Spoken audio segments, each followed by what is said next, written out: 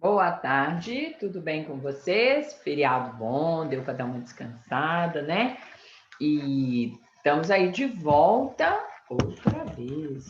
E hoje nós estamos de volta neste horário para a gente poder fazer. Eu vou usar essa aula de português, tá? Vou colocar no quadro. Aula disponibilizada para revisão de geografia. Português, aula 80.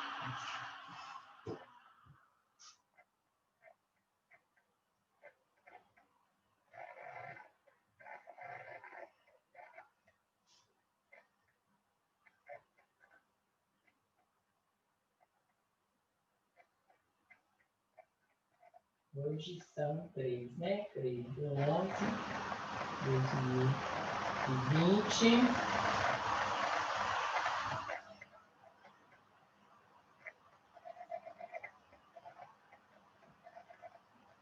Aula disponibilizada.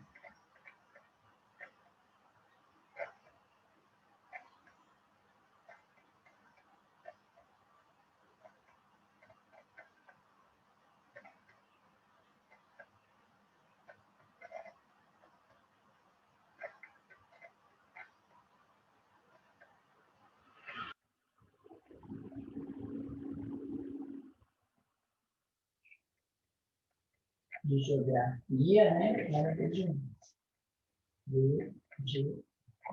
Tá? Então, essa aula hoje nós vamos usá-la para fazer a nossa revisão de geografia. DG1 não, DG2. DG2. E amanhã é a DG2 de geografia e história. Então, vamos lá.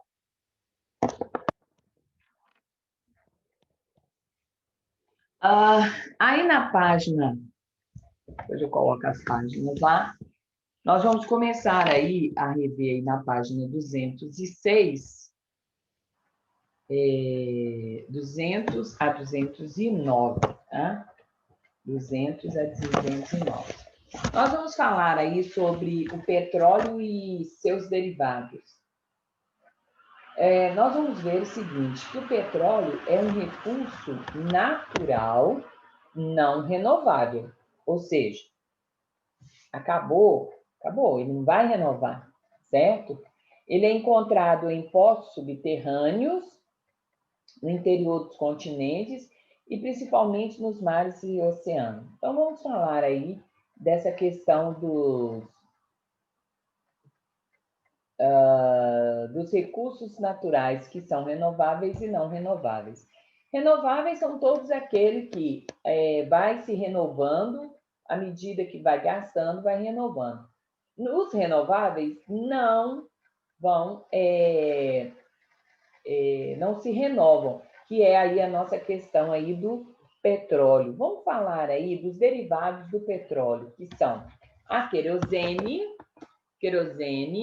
gasolina, óleo diesel, gás de cozinha, óleos lubrificantes e tantos outros aí que a gente vai ver que eles são obtidos de que forma? Com processo de separação dos componentes que constitui esse petróleo aí.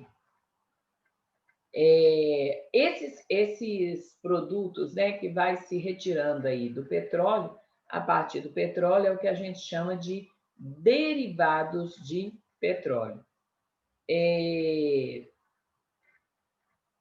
O petróleo, assim como alguns dos seus derivados, eles são o quê? Fontes de energia em todo o mundo.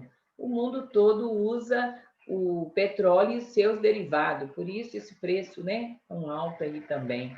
O óleo diesel é o combustível de trator, dos tratores, colheiteiras e outras máquinas usadas no campo. Esse óleo também ele é usado como combustível de ônibus, ou seja, esse óleo diesel aí também, além dessas máquinas aí que eu comentei com vocês, ele também é usado em ônibus, caminhões e embarcações. A gente vai ver que a gasolina é um combustível utilizado aí nos automóveis, né? Vocês aí, quando saem com os pais, vêm passar no posto e abastecer com gasolina. Tem gente que coloca etanol ou álcool, mas na maioria das vezes é colocado exatamente a gasolina, ou seja, esse combustível aí usado para fazer com que os automóveis se movimentem. A gente vai ver que, além de fonte energética, o petróleo também ele fornece matérias-primas para a fabricação de vários produtos, como tintas, plástico, asfalto, fertilizantes agrícolas, borracha sintética, cosmético. Olha que interessante, né? Entre outros que a gente conhece. Aqui no Brasil, a gente vai ver o seguinte, que o petróleo, a descoberta dele foi em 1939, né? Lá no estado da Bahia, lá no litoral lá da Bahia. A gente percebe o seguinte, que apesar de todas as dificuldades de não ser renovável, a gente vai ver que o Brasil é autossuficiente na produção de petróleo. O que é ser autossuficiente? Quer dizer que a produção ocorre em quantidade suficiente para atender às nossas necessidades. Ok? No caso aí da textura, né, da gasolina, do petróleo, como que é a mistura dessa substância? Ela é semelhante a um óleo. Ela pode variar entre incolor, marrom ou preto, passando às vezes até pelo verde. O gás liquefeito, né, de petróleo, ele é conhecido como o gás de cozinha. Então, o gás de cozinha nada mais é do que o gás liquefeito de petróleo. Ó. Vamos falar agora do gás natural. Esse gás natural ele é muito utilizado como fonte de energia. Ele pode ser encontrado sozinho ou com petróleo, né? Na mistura aí.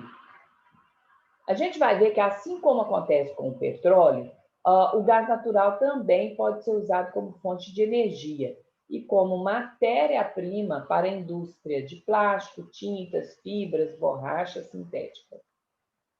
Esse gás natural, onde que ele é utilizado? Vamos ver onde que ele é muito utilizado. Ele é muito utilizado como fonte de energia e principalmente no setor industrial e na geração de energia elétrica nas termoelétricas. Como carvão mineral, o gás natural também é utilizado para aquecer a água e formar vapor, para movimentar as turbinas das termoelétricas. Desse gás aí, né, desse gás natural, a gente também vai ter um gás usado como combustível de veículos, que é o gás natural veicular. E ele é vendido, ou seja, armazenado em cilindros. Em muitas regiões que tem aí, né, as residências, o gás de cozinha vem proveniente do petróleo, conhecido como gás liquefeito de petróleo, ou GLP. Ele é armazenado e vendido em botijões. E também tem o gás natural, que ele é encanado e chega até as residências. Lê um pedacinho de um texto aqui para vocês. Energia elétrica, para a gente entender a questão aí da energia elétrica e do meio ambiente. Energia elétrica e meio ambiente. Nas usinas hidrelétricas, a energia elétrica é produzida a partir da força da água dos rios, sem poluir o ambiente. Por isso, a energia produzida dessa maneira é considerada limpa. Então, energia limpa é a que é produzida pela força das águas, não traz poluição nenhuma. Aí, mas no entanto, o que a gente vai ver? Que na construção de usinas elétricas pode causar impactos ambientais. Apesar de ser a chamada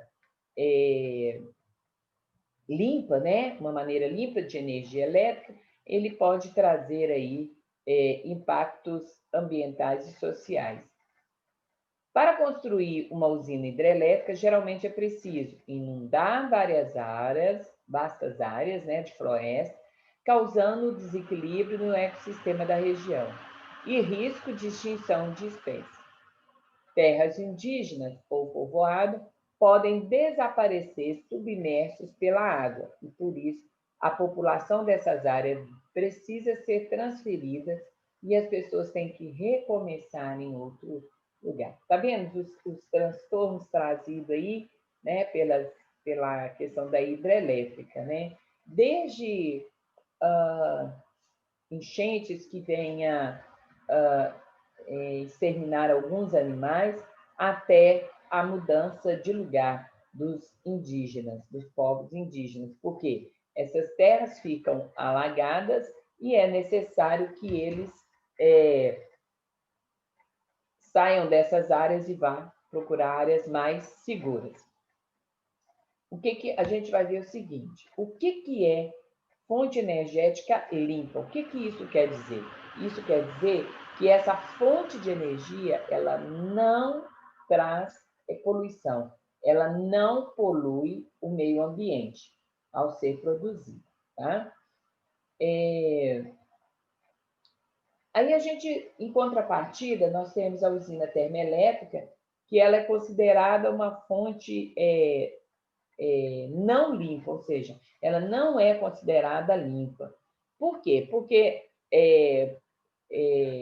ao ser produzida, né, ao produzir, ela gera poluição ambiental. A gente vai ver o seguinte: quais são os aspectos positivos e negativos de uma energia elétrica produzida por usina hidrelétrica? Então, vamos ver os positivos e os negativos. Positivo é uma fonte considerada limpa.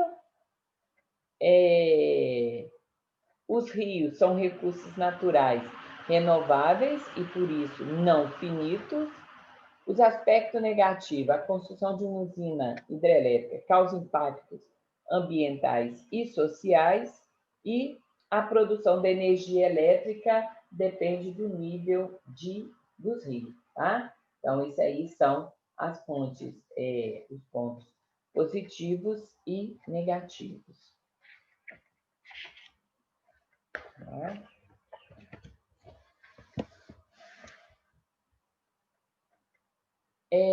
Outra coisa que nós vamos ver junto aí, né, com essa energia elétrica aí, que traz muita modernização, que trouxe muita modernização, a gente vai ver o seguinte: quais foram assim os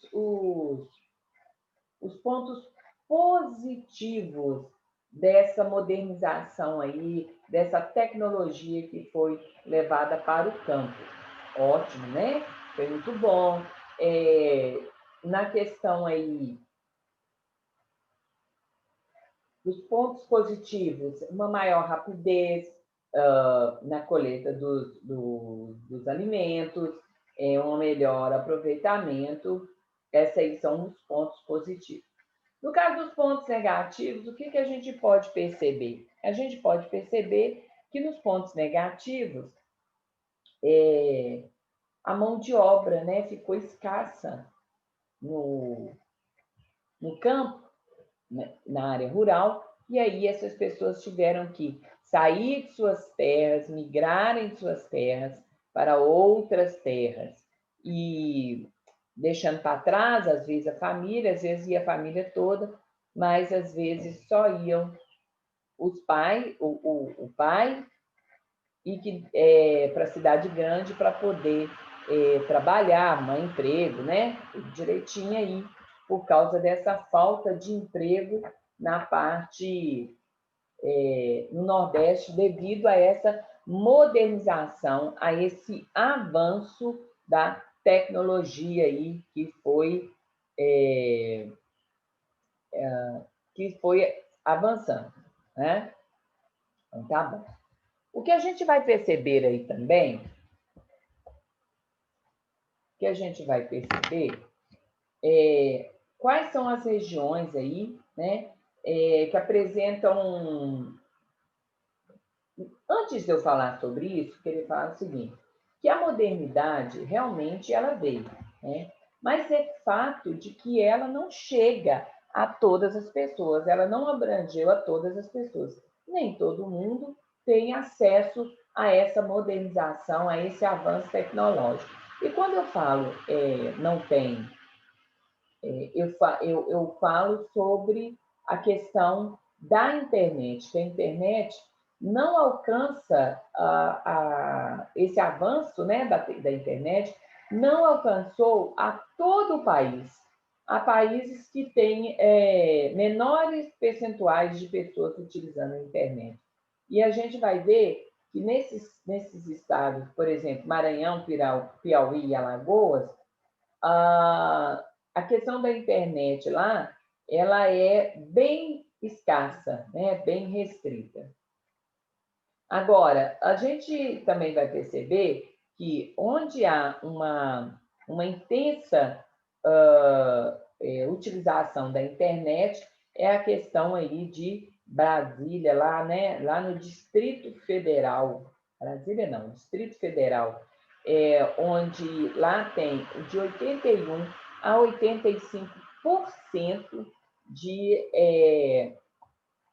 uso dessa internet. Tá bom? Bem, falando em modernização, a gente não poderia deixar de falar da modernização dos meios de transporte, né? Antes, o meio de transporte era tração animal, trem e bonde, né? Com o tempo, esse desenvolvimento veio trazendo formas diferentes da gente se locomover, ou seja, um desenvolvimento na área de transporte. A gente vai ver o seguinte, aí na página 206 tem duas imagens aí, né, em tempos diferentes. Estação ferroviária em 1920 e depois a estação ferroviária São João da Boa Vista, em São Paulo, em 1920 e São Paulo, Estado de São Paulo, em 2016. Né? Houve uma mudança muito grande, houve um desenvolvimento muito grande, né, em relação a essa modernização, a esse avanço dos meios de transporte. A gente vai ver que, no caso do trem, a gente tem a queima, né, de uso, a queima de carvão mineral. E no caso do metrô, a gente vai ver que é usado a energia elétrica. Tá? Bem, quando se desenvolve um setor, com certeza o outro também vai se desenvolvendo, certo? Então, o que a gente vê aí? Na questão aí do desenvolvimento aí da indústria. A gente vai ver que na indústria também teve um avanço muito grande, né? Teve um avanço tecnológico muito grande. Nós temos usinas, indústrias, né? Nós temos indústria hoje de vários portes e de tamanhos, né? Estou falando de tamanhos, de setores, tem indústrias têxtil, alimentícias, automobilística, então nós temos muitas indústrias aí que se desenvolveram ao longo do tempo. E aí, esse desenvolvimento também da indústria em estados como Rio Grande do Sul trouxe muita gente para essa região, né? Ou seja, trouxe gente em busca de novos empregos, salário melhor. Bom? Bem, ainda falando de energia, a gente tem aí a energia eólica. Essa energia eólica aí, ela é a energia que vem dos ventos. Ela é considerada limpa, porque ela não polui o ar, não polui o solo e nem a água. Mas qual é a desvantagem, né? Isso aí eu falei a vantagem. Quais são as desvantagens da energia eólica? A gente pode citar insuficiência de vento para gerar energia, alteração na paisagem local e poluição sonora. Então, todos os avanços têm seus prós e seus contras, ou seja, tem seus pontos positivos e negativos, certo? Então, tá bom. Beleza? Nós não vamos ter para casa, até porque tem aí essa atividade aí do livro 4, do livro 3 para estudar. As páginas são 206 a 209.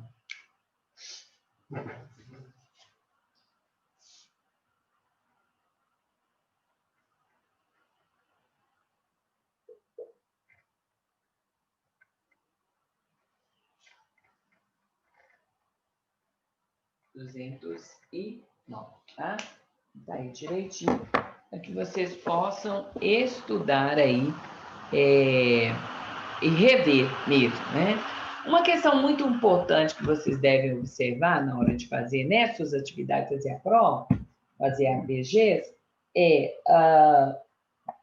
ler bem o texto, né, o que o texto está falando, o que ele está te informando, para que você façam, para que você façam da melhor forma possível essa questão aí das provas.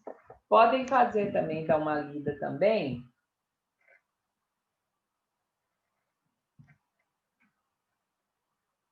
na página 289 a 293, também está falando aí essa questão aí do avanço, tá? Da tecnologia, 289, também a 293.